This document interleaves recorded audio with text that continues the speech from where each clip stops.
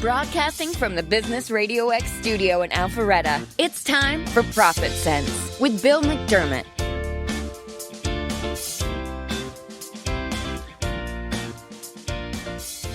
Good morning. Welcome to ProfitSense.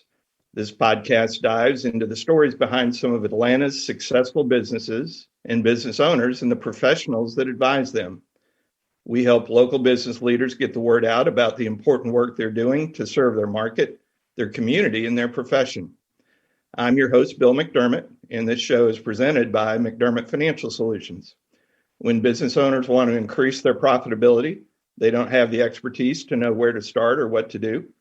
I leverage my knowledge and relationships from 32 years as a banker to identify the hurdles getting in the way and create a plan to deliver profitability they never thought possible. We have three great guests on our show today. Lisa McGuire. Lisa, welcome to ProfitSense. Andrew, thank you for having me. With Sullivan and Schlieman. Andrew, so glad to have you today. Thank you, Bill. And Craig Pate with Wilson Lewis. Craig, welcome. So glad that you're on the show today. Morning. Thank you. Lisa, I'm going to start with you. Marketing is so confusing, especially to left-brain people like me. 2020 has certainly been a year of disruption for so many industries. I'm sure marketing is no exception. Can you revisit what you've seen in marketing for 2020 and the impact it has had on companies? Sure, Bill. Wow, 2020, it's been an unthinkable year. Nobody could have predicted this.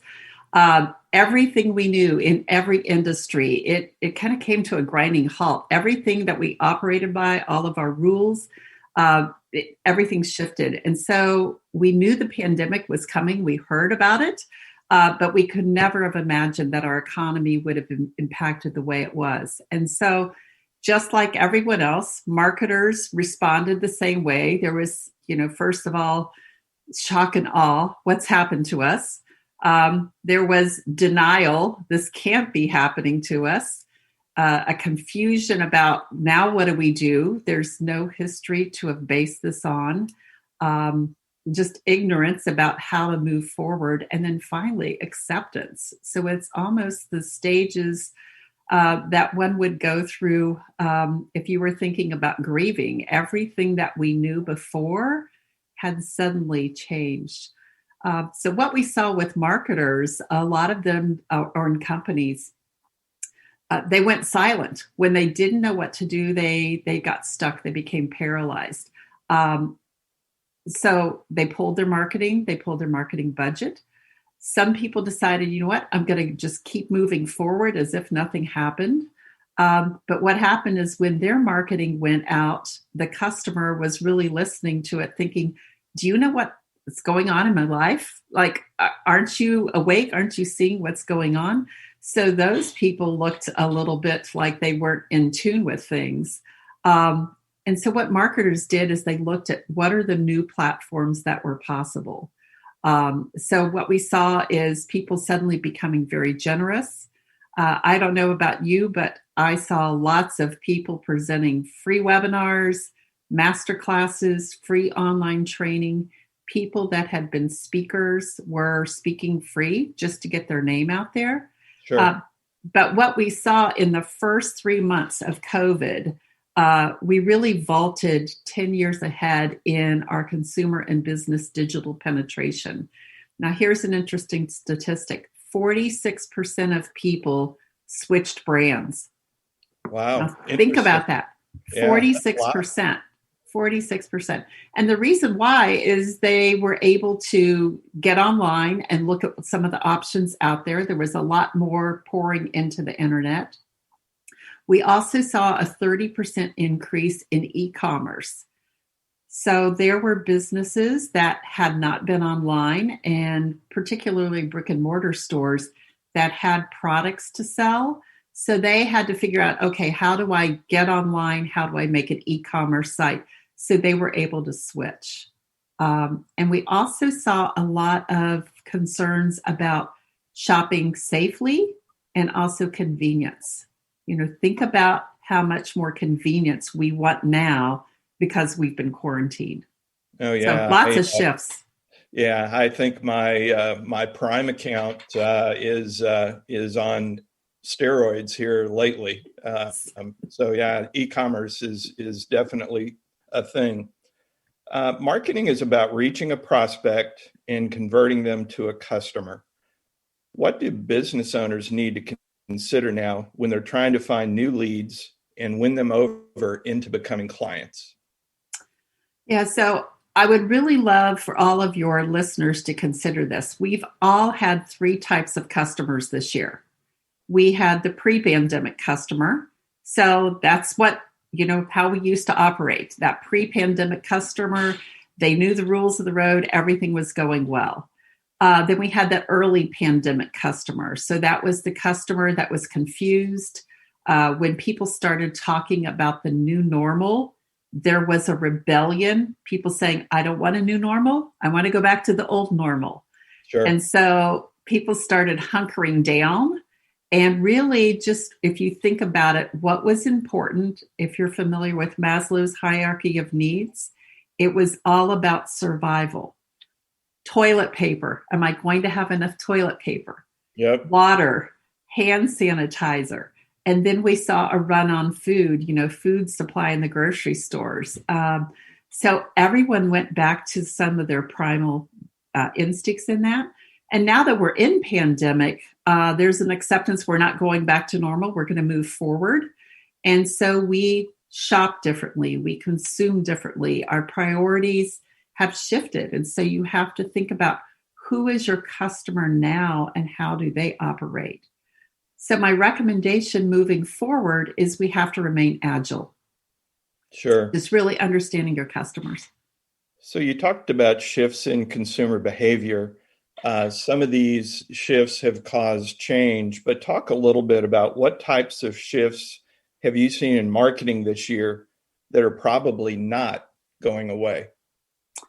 Well, absolutely is online. If you are not online, you need to be online. And I'll probably say that again before we end our conversation, Bill. But really, when you are online, be really wise about your interactions. And I think we've all seen a great example of this if you are on LinkedIn. If you have been on LinkedIn before the pandemic, you kind of knew the rules of the road. But when the pandemic happened and people had more time and accessibility to get on LinkedIn, we've really seen an increase in the number of people connecting, but also a different behavior in how people are, what they're doing after they're connecting. And here's what it is. You have to think about being online is just like being in person. You have to develop that relationship. You have to pique their curiosity first.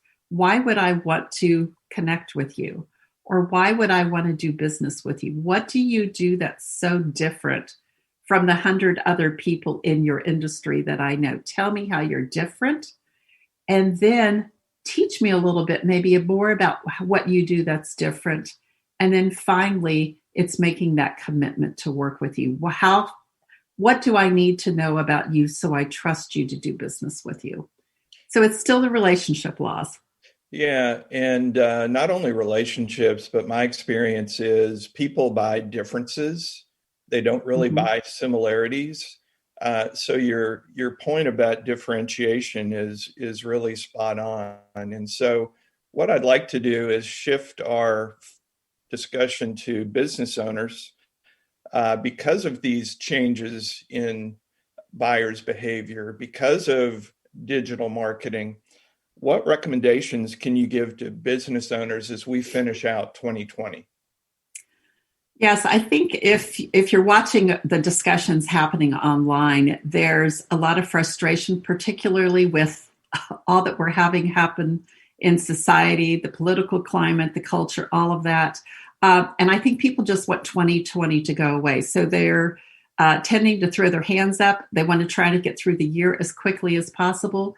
And I would encourage your listeners not to do that. This is prime real estate opportunity between now and 2021 to try and resuscitate the year if you haven't had a good year, or maximize what you have, but also to be planning for 2021. You want to be able to hit the ground running. It's going to be a refresh and a reset. So what can you be doing now in your business to be ready to hit the ground running in 2021? That's one thing. Second thing I would suggest is really taking time to dig in to understand who your customer is now and what problems do they have.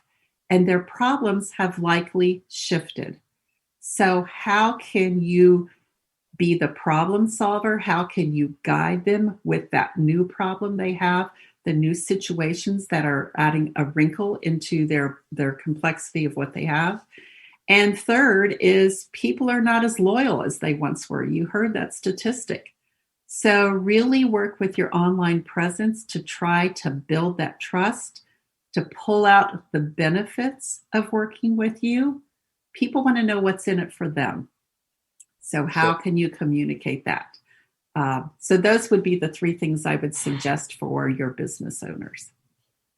And so I know, given all the changes that have gone on in 2020, and to your point, certainly don't write off 2020, but also set the table for 2021.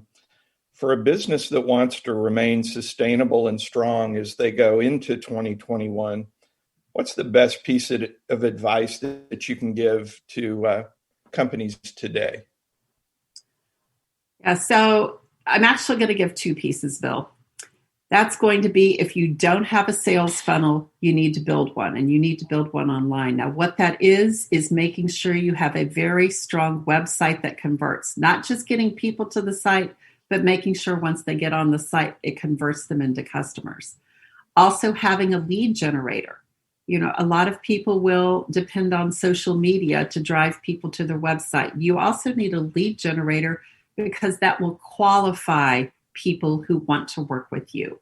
And then you'll have their emails, and then you have time to build that online relationship with them through an email nurturing campaign, and when it's time, a sales campaign. So that's the first, build that sales funnel. The second, don't rely on social media alone to build your business. That email list is important. And the reason why you don't want to just rely on social media or build a community and that's where your business lives is it takes the internet going down, Facebook going down, Instagram having a blip, them deciding they're going to change the rules, and your whole business is within that social media platform. Same for LinkedIn. You've got to have that online presence, and you've got to own that list.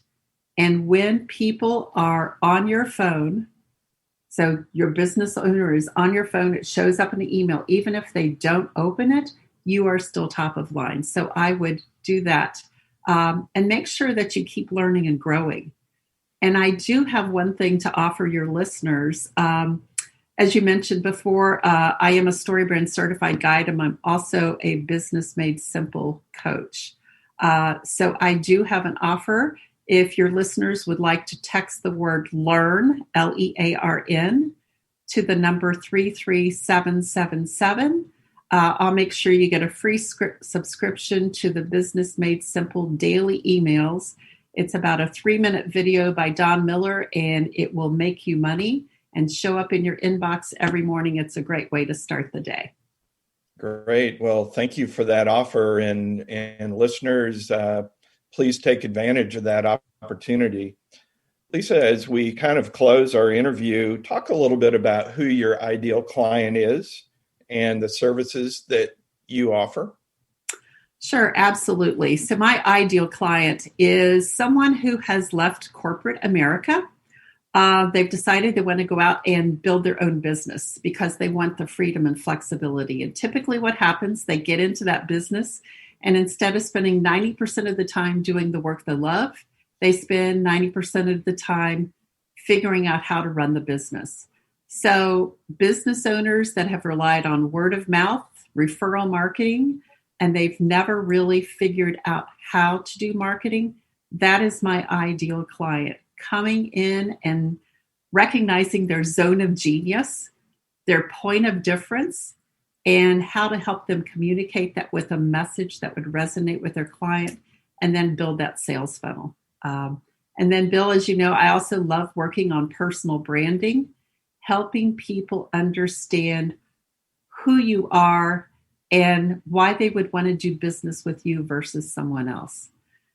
So what that looks like is I do marketing consulting. So if it's a personal branding project or helping you build that sales funnel, getting your website up, lead generators, email campaigns, and then also acting as a business coach to help you shore up your business activities, get your mission statement out there, get your team productive. I just love seeing business owners win, and I love the opportunity to have a conversation. Well, that is great. And so if someone out in our listening audience is interested, how do they get in touch with you? Sure, a couple of ways. Of course, you can find me on LinkedIn. It's Lisa McGuire on LinkedIn. And then also Lisa at lisamcguire.com. And my cell phone is 678-520-7660. Well, Lisa, thanks so much for your time today and also sharing the marketing expertise that you have with our listening audience. I'm grateful. Absolutely. It's been a pleasure, Bill. Thank you. And so I want to spend some time now with Andrew Sullivan. Andrew is with Sullivan and Schlieman. Andrew, our relationship, I think, dates back about 25 years. And, when you're talking about managing people's money, there is a trust element that certainly goes into that. And we'll talk about that more in the future. But I really want to just kind of start out with the Andrew Sullivan, the Sullivan and Schlieman story.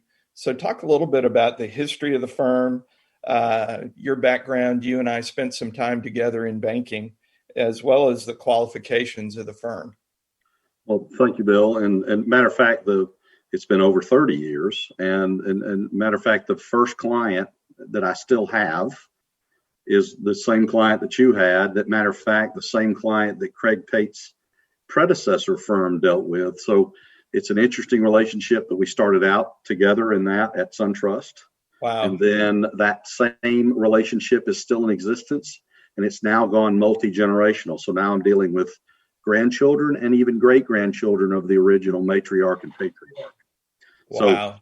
So I'm a big believer in long-term relationships when I take a client on. So a little bit about my background. I am a University of Georgia grad in finance and investment management.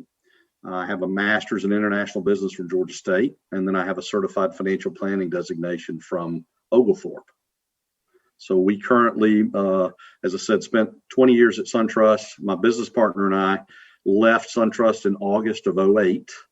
And if you remember those times, the world was coming to an end. And every day the world got worse and worse and worse until March. But we made it through. And I will tell you, during that very difficult time, probably some of the most creative thinking and ideas and hard work came out of that time.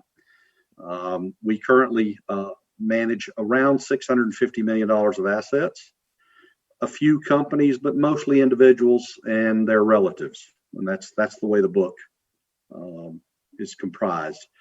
We're growing to the tune of about between Josh and I, about $50 or $60 million per year. We are a fee-based asset manager. We are a very large 10,000 foot view, holistic financial planning, get really intrusive into your life so we know everything, every aspect about you. Craig and I have a mutual client. He says, yep, he's going to ask you a lot of questions. You're going to think a lot of them are very nosy and intrusive. But in order for us to be able to truly know you and make thorough recommendations, we got to know everything possibly about you. Absolutely. That's a little bit about our firm. So I'm sure you're seeing this. There are savers and there are spenders. I haven't found too many people that are kind of in between, but I'd really like to kind of hear from you the overall importance of a budget, what it does, why you should have one. So talk a little bit about budgeting with our listening audience, Andrew.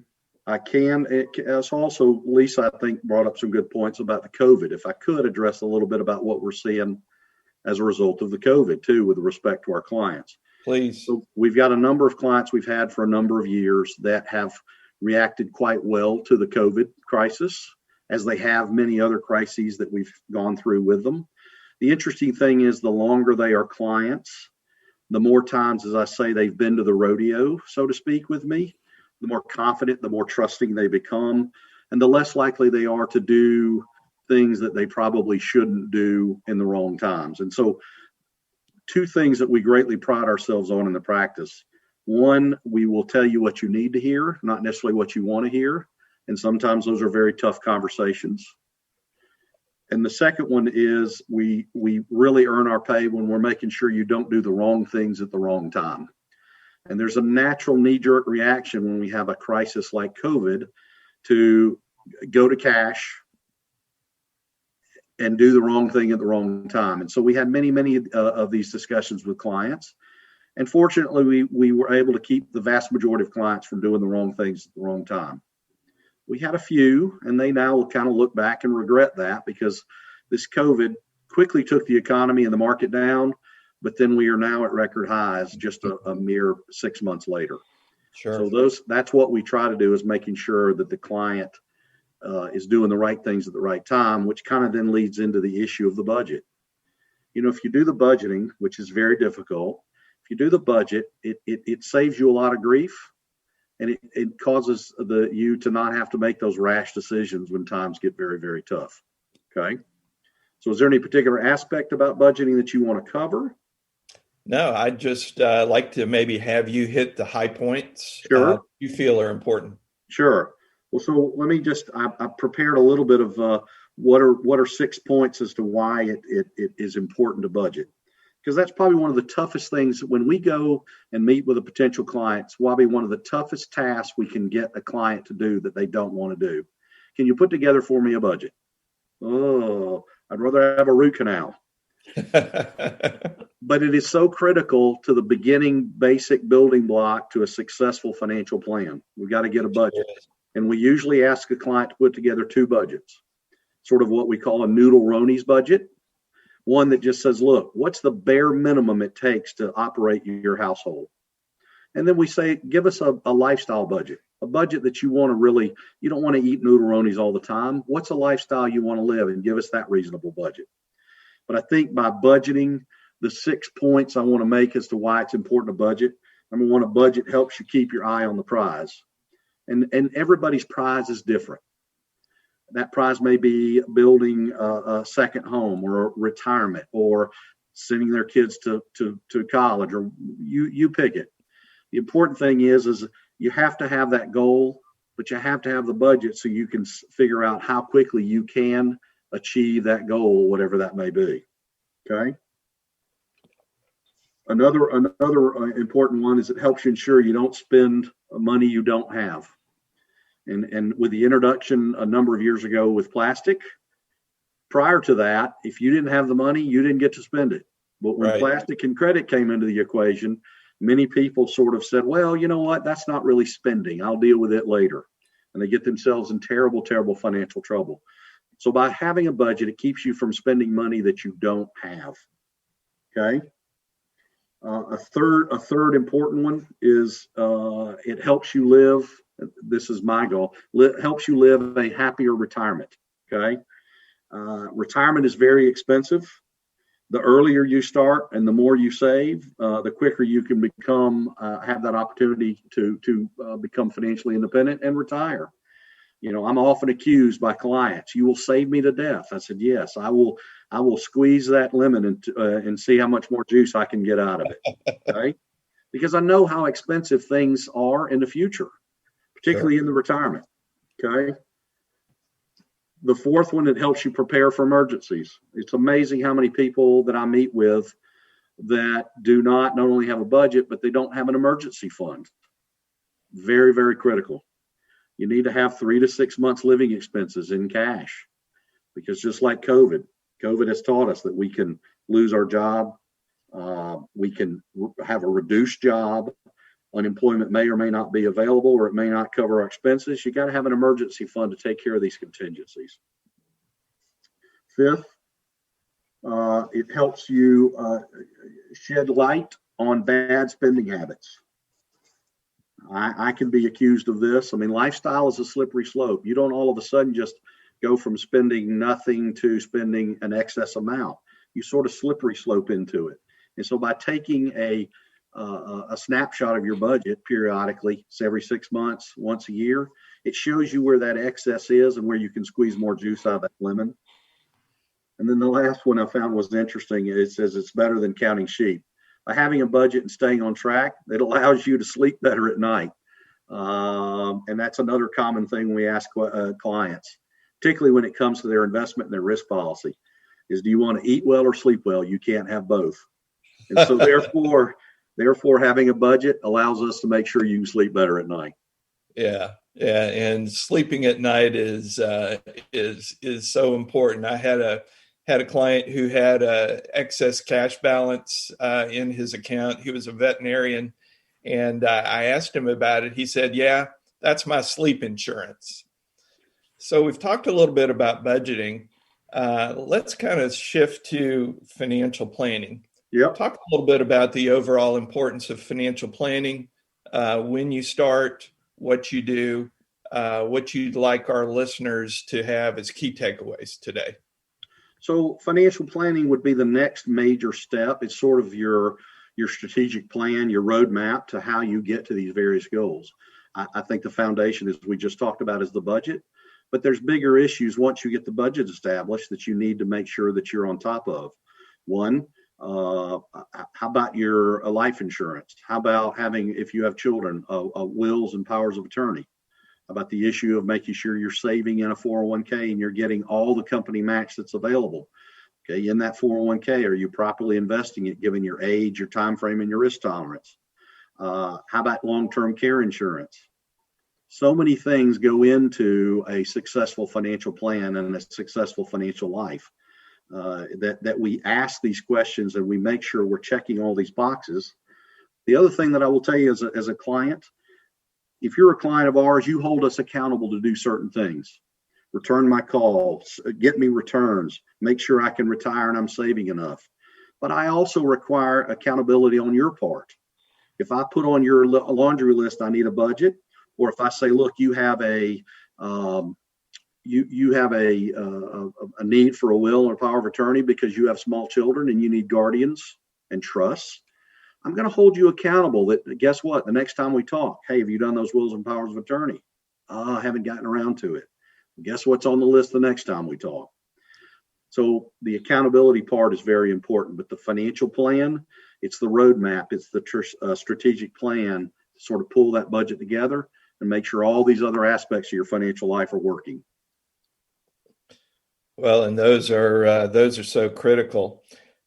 So I've always held to the fact that there were 7 wonders of the world, but since I've known you, I've discovered there's an 8th wonder of the world, and it's called compounding. So talk about compounding and why our listeners should care.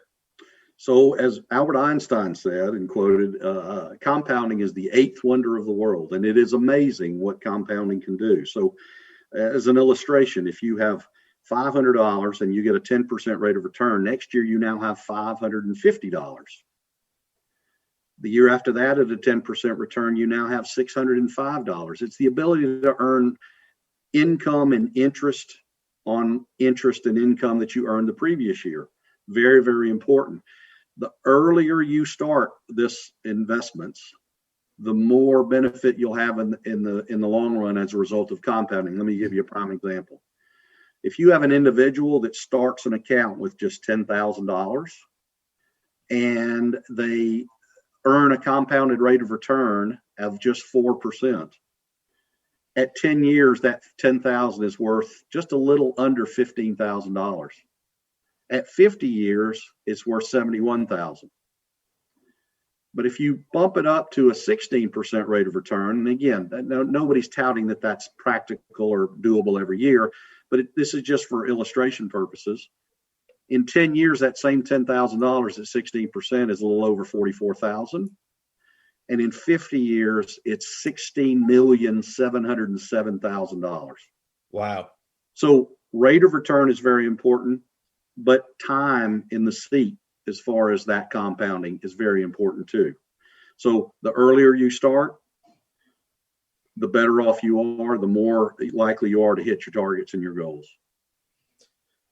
Well, Andrew, this has been a great conversation. I really enjoyed hearing the story about the first client. So that was very gratifying. And of course, you've done a fabulous job through the years of building many long-term relationships.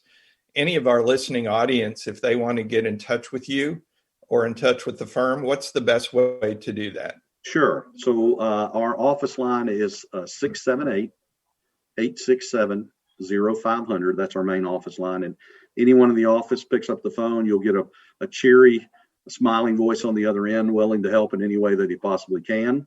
My staff makes me look very, very good. They're a great group. The other one is our website is sswmllc.com. And you can reach me at andrew@sswmllc.com. So by all means, if we can help anyone, please reach out. Well, thanks again for sharing your experience and your expertise with our listening audience today. Thank you, Andrew. Thanks, Bill. And so now I'm going to spend some time with Craig Pate with Wilson Lewis. Craig, we have Andrew to thank for introducing us. And so I really just wanted to start out with hearing a little bit from you about the firm. What makes Wilson Lewis unique as an accounting and CPA firm? I think the thing that makes us unique, Bill, is that we really try to team up with our clients, and we kind of look at our clients as part of our team. It's just not a client that we're processing a return for in an audit. We're there to help make you grow, because as you grow as a business, we grow as a practice too. And so Andrew spent a little time, as did Lisa, talking about COVID. Certainly COVID, PPP loans come to mind. So what I'd like to do is, obviously there has been lots of regulation, updated guidance that came out in the application process and funding process. Now we're shifting to the loan forgiveness process. Is there anything that you can share as far as guidance that you can give to our business owners who are listening on either PPP loans, on COVID, or just anything relating to forgiveness? You know, the PPP loans has been ever changing from the very beginning. You know, every day it seems like they change the goalpost and keep moving it. You know, we started off with the PPPs that you could have related party rent and pay yourself rent. Now they've canceled that out. They started off with the 8-week forgiveness. Now they're up to 24 weeks. And they're still looking at several other things that might change. So the PPP forgiveness piece is not finalized yet. But what we're beginning to do with clients is start the forgiveness process on the ones that make sense. We have some clients that are concerned that they might have larger layoffs in the month of November and December, which that could affect their PPP forgiveness. So we've already started those forgiveness in this month.